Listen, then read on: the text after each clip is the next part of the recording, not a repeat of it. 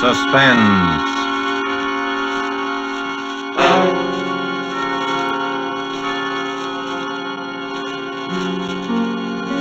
This is the Man in Black, here again to introduce Columbia's program, Suspense. Tonight, our stars from Hollywood are Miss Virginia Bruce and Mr. John Loder. Miss Bruce appears as a beautiful and adventurous young lady who went in search of the bright face of danger and risked her life while finding it. Mr. Loder's role is that of the smooth and charming gentleman who granted her employment in a perilous enterprise. The story called The Cross-Eyed Bear by Dorothy B. Hughes is tonight's tale of Suspense. If you've been with us before, you will know that suspense is compounded of mystery and suspicion and dangerous adventure. In this series are tales calculated to intrigue you, to stir your nerves, to offer you a precarious situation, and then withhold the solution until the last possible moment. And so it is with the performances of Virginia Bruce as Lisanne Stephan and John Loder as Bill Folker. We again hope to keep you in Suspense. The Cross-Eyed Bear.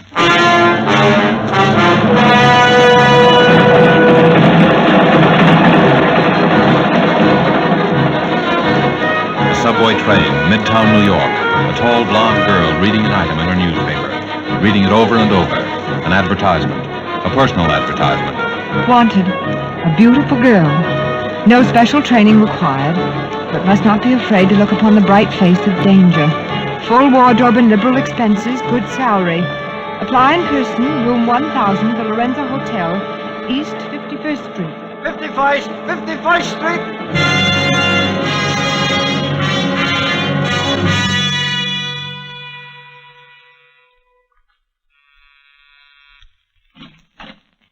How do you do? I came to answer an ad. Oh, Is this the place? yes, this is the place, I should think. Well, am I the only one? Not quite, but just now you're the only one. I see. I thought... Listen, Miss, whatever your name is. Lisanne Stephenson. Take my advice, Lisanne, before it's too... Lydia, about that... Oh, someone to see me? This young lady came in answer to the ad, Mr. Folker. Miss Lisanne Stephenson. I see. Well, won't you come in, Miss Stephenson? Thank you. In here, please, my office. Please sit down, won't you? Thank you. Bad. Not bad. Oh, excuse me, Miss Stephenson. This is my associate, Mr. Hugh King. A bodyguard. She might as well know these little things, Bill. Hugh's not really rude, Miss Stephenson. It's just a mannerism. Well, Bill did advertise for a beautiful girl. I've always considered myself sort of an authority on that subject. I see. Perhaps, Mr. Folker, you'd be good enough to explain why... Perhaps I might tell you something about the job, eh? Well, Why did you apply for this position, Miss Stephenson? I needed the work. And you're quite sure you're not afraid of danger? As a matter of fact, I suppose I am, but I told you I need the work. Well, that makes two of us. Miss Stephenson, have you ever heard of the cross-eyed bear? Yes. Where? Why, in the papers. Wasn't that what they called Knut Villiers, the Swedish nickel king? Did you know he was dead? Yes, that's how I happened to hear about him, when they had it all in the papers about a year ago. And did you know he had 3 sons? No, I didn't read much beyond the headlines. He did. One of them's dead. His name was Dean, the youngest. The oldest, Stefan, is still in Sweden. The third, Lance Villiers, is where your job comes in. I see. Which she obviously doesn't. I want you to meet Lance Villiers, to get acquainted with him, win his confidence. Do you understand? I think so. We know where he is, who he is, but he won't admit it. He pretends he's a piano player named Lance Vort at Jim and Jack's nightclub. We're pretty sure that Lance Vort is actually Lars Villiers, the second son of the cross-eyed bear. Am I supposed to know why you want this done? You might as well tell her, Bill. She's in for it now, anyway. In for it? Oh, you means it seems you're hired. You are. Oh, thank you. You accept? Yes, I accept. Well, then, the background, Miss Stephenson, is this. When the cross-eyed bear, that is, old Knut Villiers, died, he left a will. The will was consciously designed to bring about the murder of at least 2 people. Murder? Yes. He left his estate, which included several important mines, divided equally among his 3 sons. He left a check for $3 million. one check torn in 3 pieces, 1 piece for each of his sons, and all 3 pieces must be presented together before the check is valid. A check torn in 3 pieces? Oh, sure, it's an old gag, but it's effective if you want a house divided. You see, the old bear knew that one son would eventually kill the others for their shares, and he knew which one. Stefan. The one in Sweden? Yes. But why do such a thing if he knew? Survival of the fittest, chum. The fittest to run his empire. The old boy is what is known as a rugged individualist. And because he hated all of his sons and wanted them to hate each other, they weren't even brought up together. Why, they've never even seen each other. But it seems so... Can't someone bring them together? Isn't there some way? Sure, Stefan's way. First he killed Dean, and then... Of course, there's no proof. It happened somewhere up in Vermont. I thought you said Stefan was in Sweden. We think he is, but there are ways of doing these things. No, he's on the trail of Lance, the second brother. And that's where you come in. We want to get to him before Stefan does. But if you think you know where he is and who he is, why don't one of you talk to him? Because he's scared. He doesn't trust anyone. He won't talk to anyone. Now, maybe he'll trust you. But, Mr. King, may I ask just why Sweden, you... you see, is neutral, and so they're scared to do anything about it officially. Now, Bill here is like one of those spies in the movies. If he gets caught, his own government is the one to throw the first stone. Besides that, my government is afraid that if Stefan gets control of the mines, he'll turn them over completely to the Germans. Yeah, Stefan's pro-Nazi among his other virtues. Well, Miss Stephenson, will you be ready to go to work tonight? Yes, I'll be ready. I'll reserve a table at Jim and Jack's. 2, in fact, for, say, 10 o'clock. We'll meet you around the corner from the bar. I don't want Lance to see us together. I'll be there. Very well, then, Miss Stephenson. Oh, by the way, here's a little cash. You may want to buy yourself an evening dress or 2. Thank you, but... Oh, not at all. Part of the bargain. Goodbye. See you later. Heavens, it's $1,000. Well, so you got the job. Yes. You were trying to warn me about something before I went in, weren't you? It's no use now. I only hope you have better luck with it than I had. Were you... Oh, I'm so sorry. Don't be. Look, Lisanne, I don't know who you are, but you must be somebody.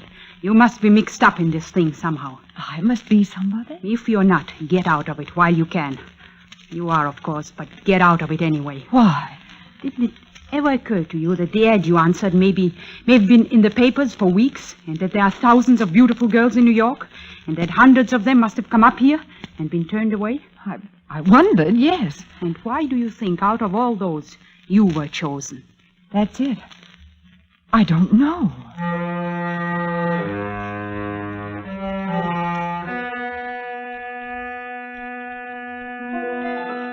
Diary, October 12th. Yes, why was I chosen?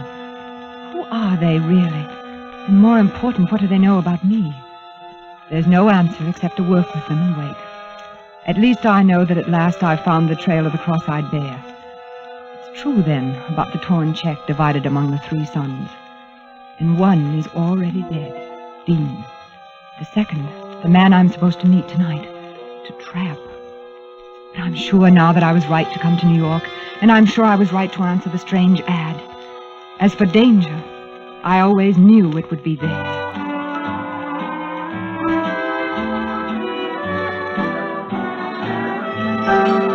You're sure Lance hasn't come in yet, Miss Stephenson? Positive. I've asked the head waiter twice.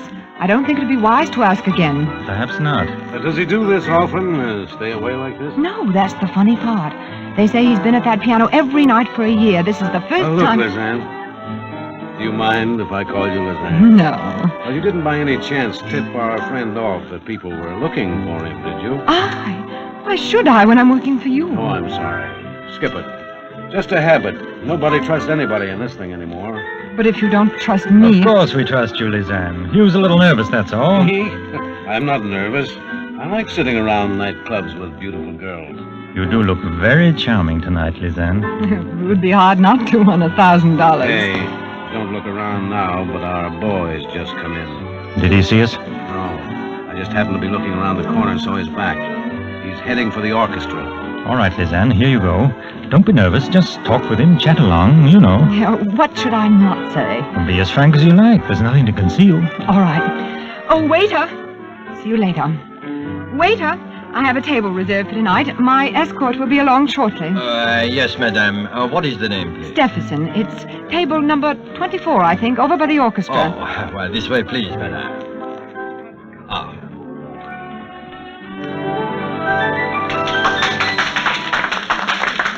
And here we are, madame. Do you wish to order now or later? I'll wait, thank you. Oh, thank you, madame. Excuse me. Yes? May I ask you a question? Why not? Won't you sit down for a minute? All right.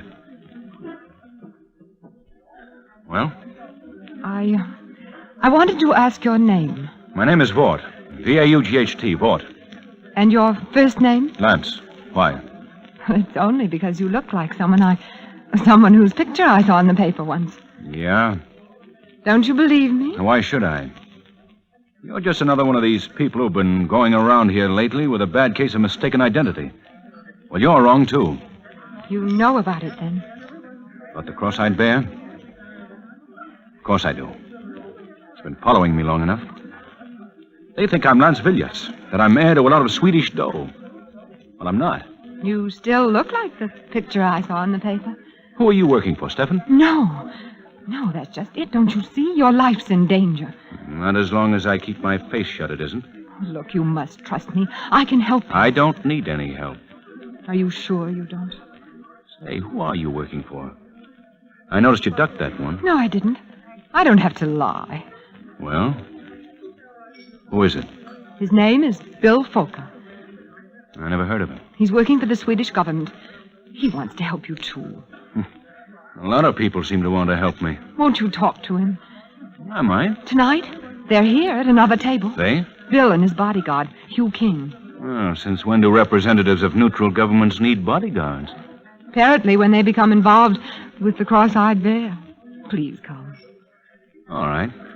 For a couple of minutes. I'll admit I'm rather curious. Over here. Oh, I didn't tell you my name, did I? It's Lizanne. Lizanne Stephenson. Ah, nice. Here we are. Mr. Folker, Mr. King, this is Mr. Lance Vaught. Oh, how do you do, sir? Mr. Watt. Won't you sit down, Mr. Vaught, please? Thanks. Uh-huh.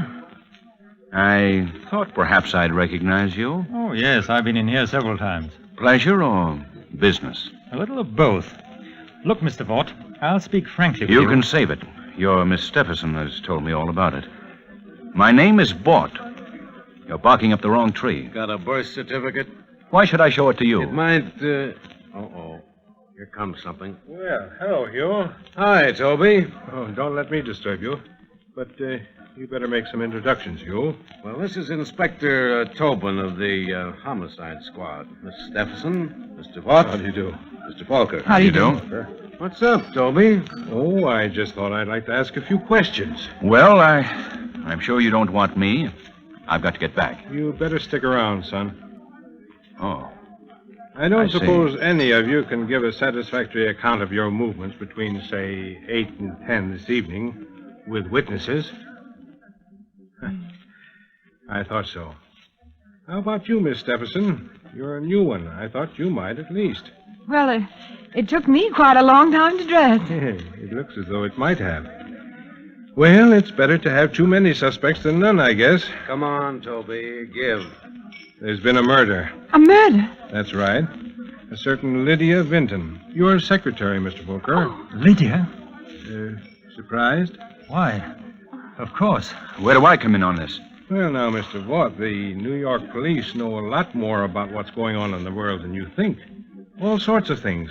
Like the cross-eyed bear, for instance. I've got nothing to do with the cross-eyed bear. Maybe you have, maybe you haven't. But there are a lot of people who think you have, including me. But Lydia, poor Lydia, she was only my secretary. She had nothing to do with it. Had nothing to do with the cross-eyed bear? Whether you knew it or not, Mr. Fooker, Lydia Vinton was in the cross-eyed bear thing up to her neck. She knew the Villiers setup. She knew the Villiers family. In fact, she was one of the heirs to the Villiers fortune. Lydia was? Lydia, Mr. Fooker, was the wife of Stephen Villiers. And that's why she was killed.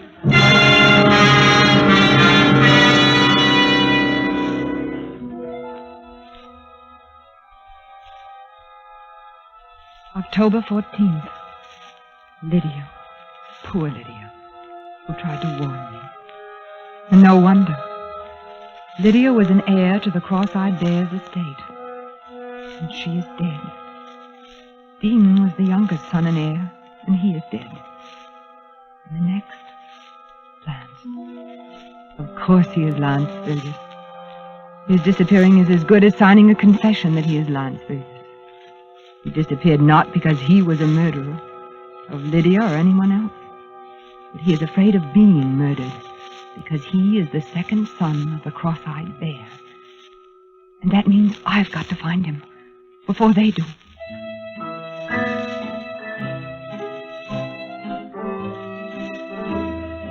Fort? Lance Fort? No, I don't know anybody by that name. Well, he might be using some other name, but he's a piano player. Well, that isn't him over there, is it? No. You don't have any other piano player, one who's just recently come with you? No, ma'am.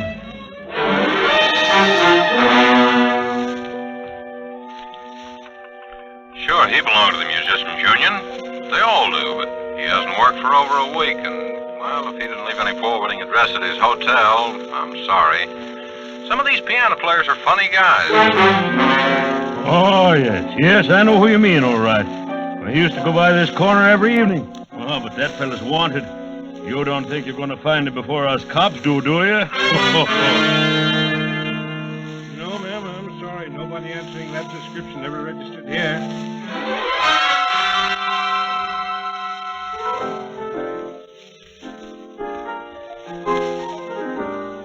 I know you feel mighty bad about not finding that man. I can see that. Do you want a little advice? Oh, yes, I do. You ever hear of the 48 Club up in Harlem? No. You go up there. Now, I'll tell you how to get there. And you just hang around. You'll show up there one of these nights. But why? Because nobody that's a real musician, and I know that boy is a real musician, nobody could stay away from there very long. They got a piano team up there. You just got to hear him ever so often. Now, you just go on up there like I tell you.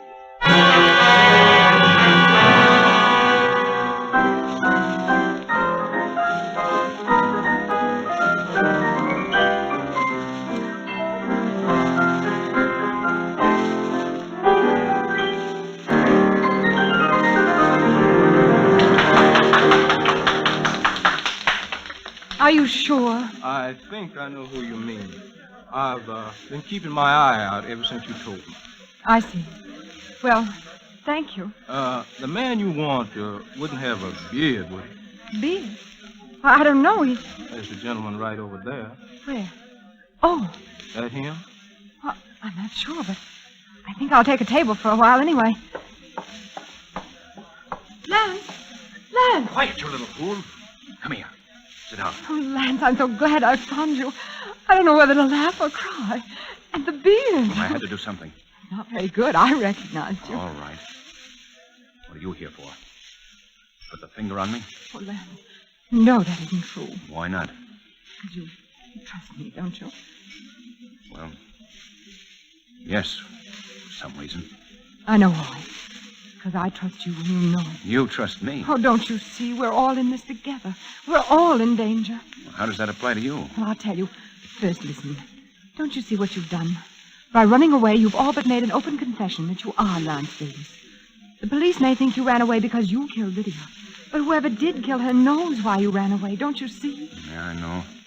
I thought of that after a couple of days, but it was too late then. You are Lance Davis, aren't you? Why should I tell you?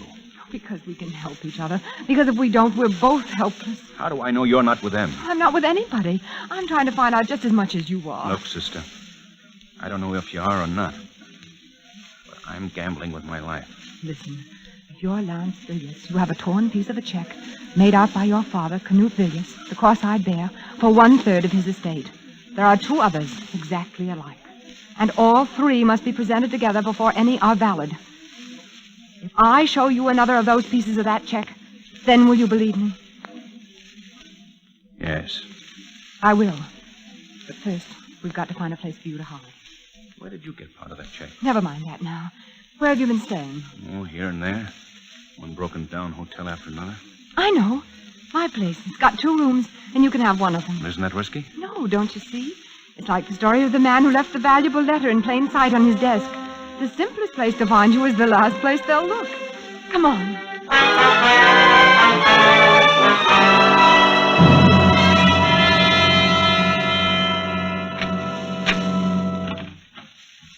Here we are. How do you like it? Well, it's a lot better than I've been used to lately. And there are bolts on the doors. I had that done the second day I got mixed up in this thing. Oh, which room do you want me to take? Oh, you might as well have this one, I guess. The phone's in the next room. You won't want to be answering that anyway. Well, this is all right. We can work and plan here.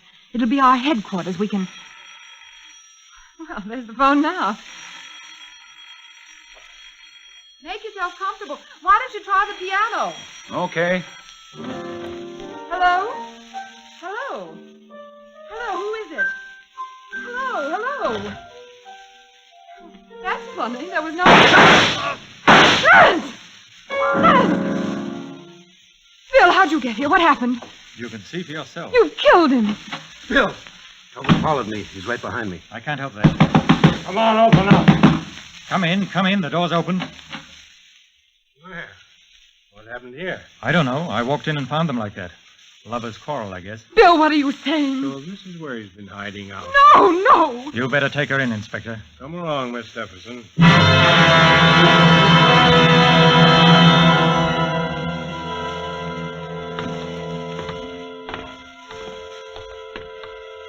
Here we are, miss. Don't fret now. It's no use.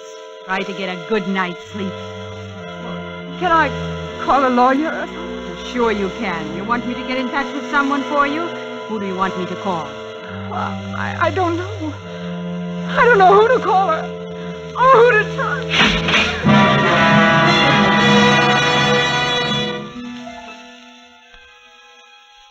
October 28th. At least they will let me write. But what? I've been such a fool. They are Stefan's agents, Bill Fokker and Hugh King, and I walked into the trap. They must have followed me, seen me locate Lance, perhaps even heard what we said. Now Lance is dead. The police believe I killed him, and they will swear to it with all the power of money, even foreign governments behind them. But worst of all, they must know who I am. They must know where the third piece of the cross-eyed bear's check is. And that is why I am to be next. Dean, Lydia, Lance, and now Lizanne.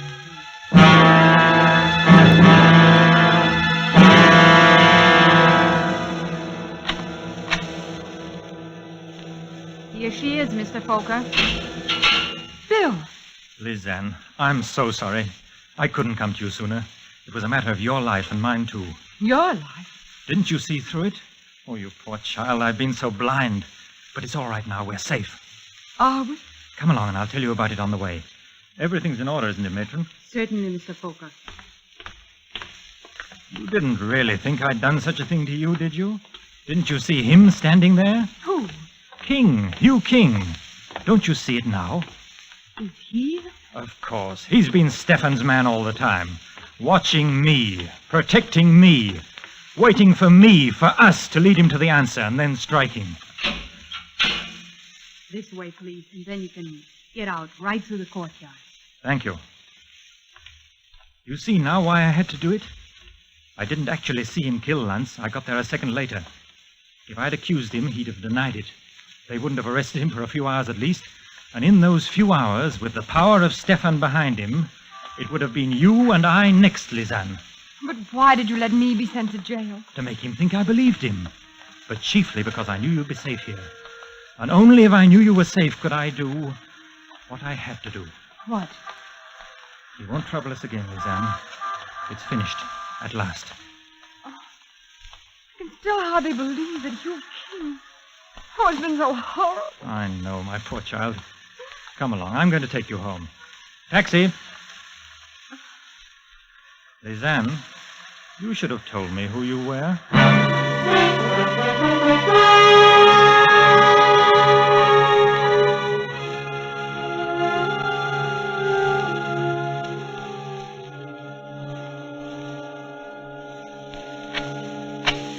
Go on in. Just relax for a while. Like a drink? No, thanks. You don't mind if I do. Of course not. As a matter of fact, there are still a few things I haven't told you about this little business of the cross-eyed bear. There must be quite a lot of things. For instance, you never knew I had a wall safe behind this bar, did you? No. And of course, you didn't know what I kept in it. Perhaps you'd be interested to see. Cross-eyed bear's check. All 3 pieces. Yes. Lance's, who had his part in his pocket, the fool.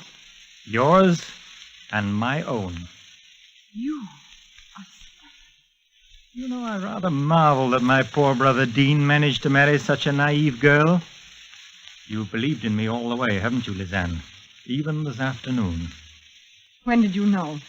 Really, my dear, you don't think you were that beautiful, do you? I knew my younger brother had a wife somewhere, and I knew she'd turn up eventually if I used the right bait. The ad. The ad. But you weren't quite as innocent about that ad as you pretended, were you?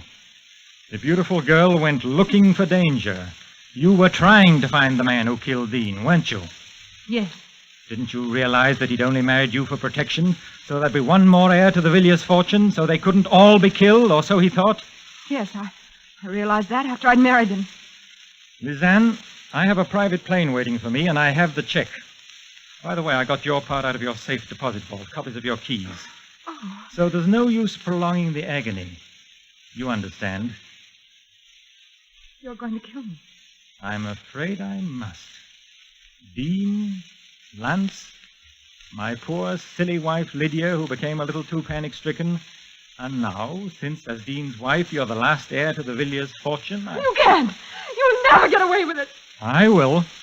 Oh, it'll look like suicide, naturally. I've even forged a little note in which you confess to the other murders. Remorse. Do I make myself clear? No! My poor child, you mustn't think you can deceive me by that ancient trick of staring over my shoulder at a non-existent intruder. Drop it, Bill. You! I said drop it. You, are you all right? Sure, I'm all right. It was a close one for you, though, baby. I told Tobin to keep you there till I got back. I'll call a doctor. Oh, that can wait. But this can't. Oh, you.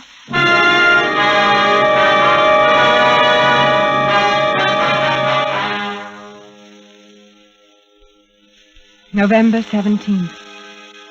This is the end of you, darling. I'm a married woman now. And the most appropriate end I can think of is this clipping from today's Times, pasted on the last page. Stephenson King. Villiers heiress weds FBI agent Hugh King, who shadowed notorious Stephen Villiers for 6 months to break international murder mystery. By special dispensation of Justice and War Departments, couple will honeymoon in Sweden.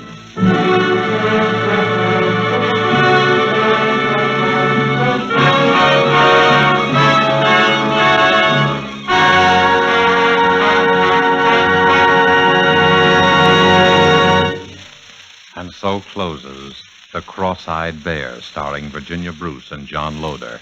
Tonight's tale of Suspense.